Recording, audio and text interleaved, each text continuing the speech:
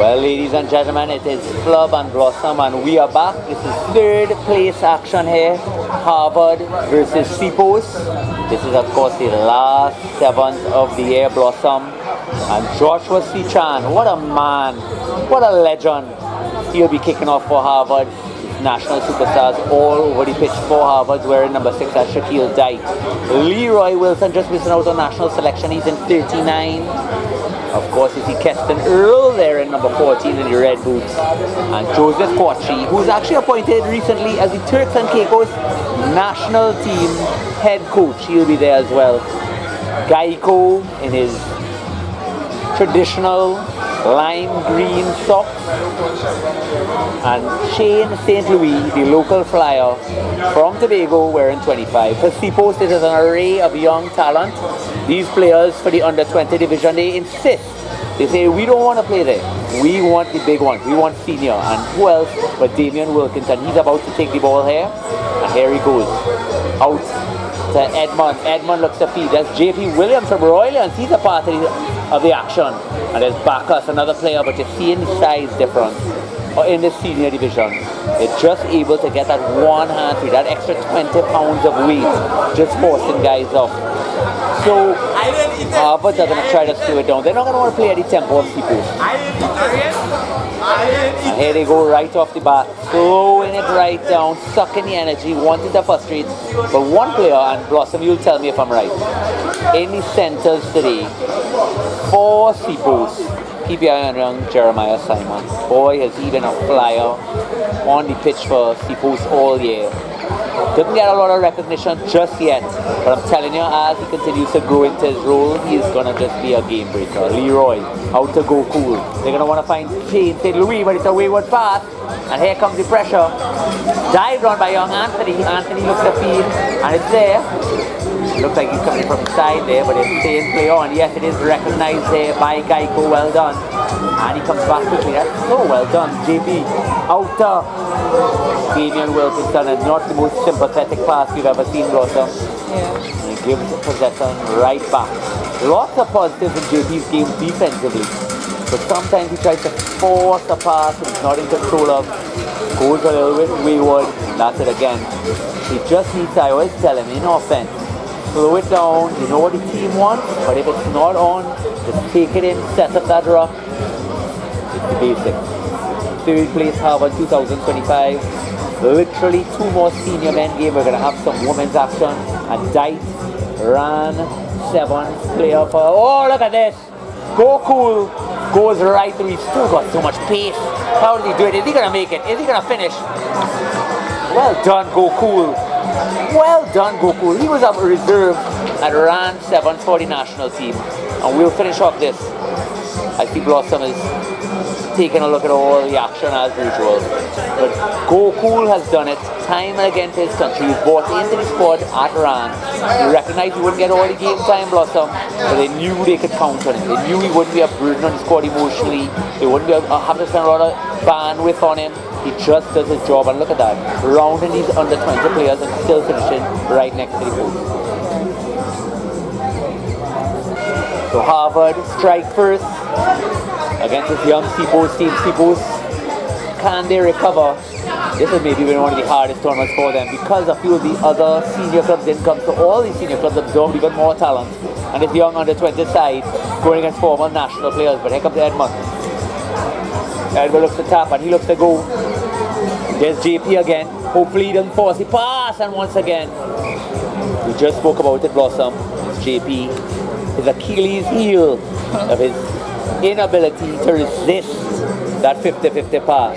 The moment he stops, the moment he realizes that if it's not 100% on, to just set up the rock, his game will improve exponentially. Matter of fact. The scrum here for Harvard. Leroy Wilson to feed, out to Quashy, and now Dyke. Dyke all the way to Shane St. Louis, and here's going to be a race. There's that stiff arm we know and love, and he's accelerating, running a little bit away from his support, so he slows it right back down. Doesn't risk going and then push out of bounds, and Dyke, to the surprise of no one, able to secure, but sealing off that rock there. So he was, Shane St. Louis didn't actually stay on his feet, and here comes Damian Wilkinson, who's halfway through, and not back 10. Geico, luckily for Harvard, does not give that yellow card. And the tap, but it wasn't taken from the mark, so we're going to go right back again, slowing it down. JP with ball in hand, Royalians player. Interesting, of course, Royalians are part of this tournament. Interesting that he opted to play for Sepos. Switch comes, and here's Simon. That's Jeremiah Simon, the man I've spoken about before. It did look like hand in the rock without releasing by Dite. And they're going to play it again. Here comes Wilkinson. Wilkinson, it does go back. He gets a little get out of jail free card. Wilkinson gets there again. He's getting his body position a little bit bad from that tackle. And Dite recognized that and attacked that. Dite has been on fire once again. So he's surprised that no one brought him. National TNT captain. And he shanks it right out of bounds for a lineup. We talked about how Harvard are going to want to slow down the tempo. Joshua Sechan. Asking the defenders to go back there. So Joshua Sechan really throwing in. A lot of successful fly half for Harvard this season. Opted to represent Harvard instead of Royalians RFC, giving Stewart Rodney a little more game time there. I think that's a smart move. Here's Dite. That's well done. Simple play. Here comes Leroy out to go, cool try scorer. And he looped around and that wasn't on, and that was pulled back. And let's see. Geico might have recognized that as well as a penalty. The player was looking to play the ball and he was yanked back by his shirt without being in possession. With scrum time, Damian Wilkinson moves to scrum half now. They're really mixing and matching in the Sepos lineup. So you're looking at how they're going to start it here. Remember, for these games here, the rule has changed. If you're an older member, the scrum half cannot follow the ball. The ball no longer is the offside mark. They have to stay in line with that entry point there where the ball is put in the channel, and that gives the scrum half a lot more time. So a lot of times even some of the teams, as you see, as Leroy is doing, he's not even going to contest. He's going to move all the way back and act as an extra defender, but it comes right back out the channel, so we are going to reset. So with that noted, Roston, let's just highlight for some of the younger players here. You do not have the pressure anymore of doing a feed that needs to be straight through here. You could literally feed it through the legs of your first prop. That's called channel 1. Just feed it right through and you have no pressure from your scrum half and you have a clean pass. So you see if he did it there, you can do a little bit harder than that. It will trickle through a bit. Here's Jeremiah Simon, traditionally on the wing. And here he is, Anthony. Anthony, Claire comes. And once again it's deemed that the tackler did not release. Here goes JP, do not force it, JP forced it, but somehow Jeremiah Simon held on back inside. Wilkinson, he's still available. And his flag does go up. So they went for the money ball by JP once more. Now Blossom, you're here with me, we're having fun. This is the last tournament of the year. Yep. Be honest, did JP need to feed that pass or should he have straightened it up? No, it was a good pass. Ah, well, you see Blossom is a better human being than me as usual. Just saying, you're on your own, you're on their 5-meter line. You have the supporters with you. Just you don't need to force anything in this game. It is all possession. You are able to secure your rock. And that is it. That's the only thing that matters. Interesting, they put Bacchus at the front. I like this option here. Barlington brings it down. Pressure comes. Here goes Goku to try score. Hacks it upfield looking for some space. Wilkinson should cover this. He's under a lot of pressure. Bacchus has to adjust for him now and get there. Looks like Nathan Mars did get there. That's well done. And here comes Edmond. Loop around, but it goes back again. Tackle without the ball. Not recognized by Geico. Says it goes back. Here's JP. JP, it's gone back again. JP under pressure now. Is he going to force something? He does get his body positioning right when it does go down. And they're looking to push Bacchus. These Bacchus have been a tower of strength for the Sepos side. But he does have to go. He does get down. And look how well he does. Back out again. JP playing fly off. Out again. The young Jeremiah Simon, who almost gets around. And Joseph Quashie knows his angles and cuts it into perfection. So that's your half, folks. We will be back. Yeah. Well, we're back for the second half. Sepos to kick off only 5-0. The conversion actually was missed. So here's Edmond. No mistakes. This is the time. And I really think Sepos deserve this victory here. Can they close it out against this Harvard side with an array of national players? They're looking to spin it early. And here's Barrington. As Barrington's knee can it still hold. There's the Barrington we know and love back inside. The Keston really is national players. As I would say, when you're watching people play, it looks like an array of raptors attacking a T-Rex blossom. So they're always on the sides, and the bigger teams just try to hold them off. Stuck in defenders, and it's another offside. People's making some big mistakes to start, and Shaquille Dyke has his stop and go. Kelvis Figaro join the action. Here comes that switch. There he goes again. Fantastic. Joseph Quashi, Cuddy, finish. Oh, what a finish there by Joseph Quashi. Well played by Quashi. Quashi, do you hear us? Oh, he checks it, Mood. Yes, he does. Loving life. Now in Turks and Caicos. I don't know if you've ever been there, Kelvis. He's joining us here on Colour. No, I haven't been there yet, Robert, but hopefully soon, yeah? A matter of time with your refereeing skills as they continue to improve. Yeah, only God would know, yeah? Oh, God and the flop car. So they missed that conversion. That pushes the score to 10-0. Lots of time left, Kelvis. Yeah, absolutely fantastic so far.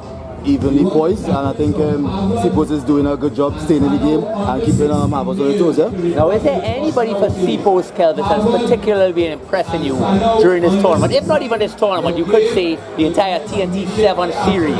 Oh, absolutely fantastic. The young Damian Wilkinson is somebody who's come up and coming. He has been in the national setup for a little bit, so he has been getting a little bit of opportunities. We would love to see a bit more, but he is one to watch for the future. Amen to that. Well said. And his name keeps on popping up. It's going all the way down to Edmund George. Can they set up something here? He's running a little lateral, pops it off. One more pass, that's Bacchus.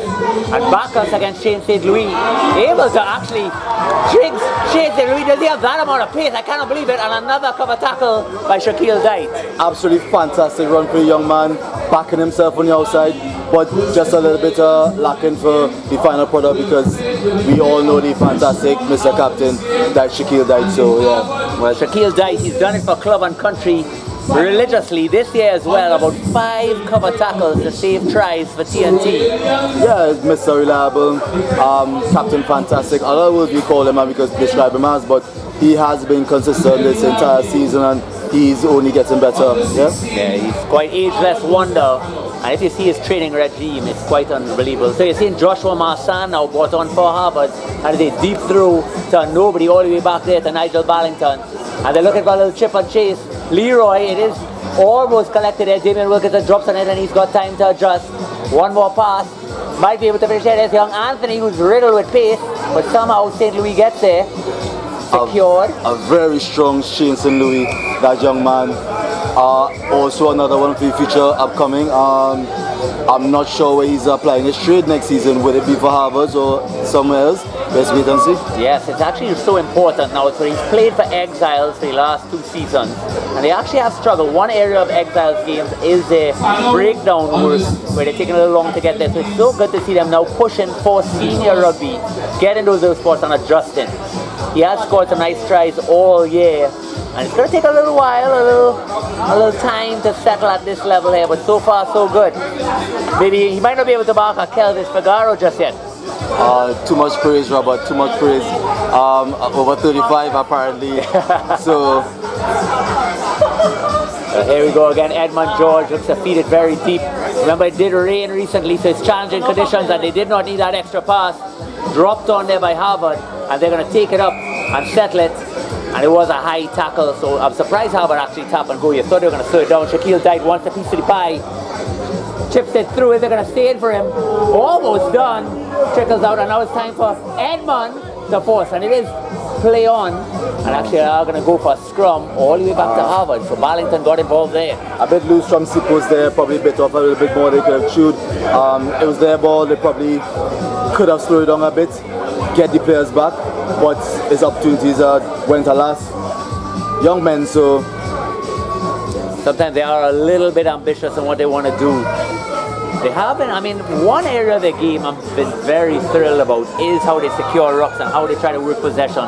But I'm noticing a few younger players brought on as well. And it's all well and good to have a lot of pace, but if you're running away from your support, they can't get your body positioning right when you're being tackled and you lose those rucks, well, you have no chance in a 7th exactly. tournament. But I've seen Sepos brought in this weekend the more old and experienced players from Royals, Kevin Hercules Lucas and JP Jean-Pierre Williams.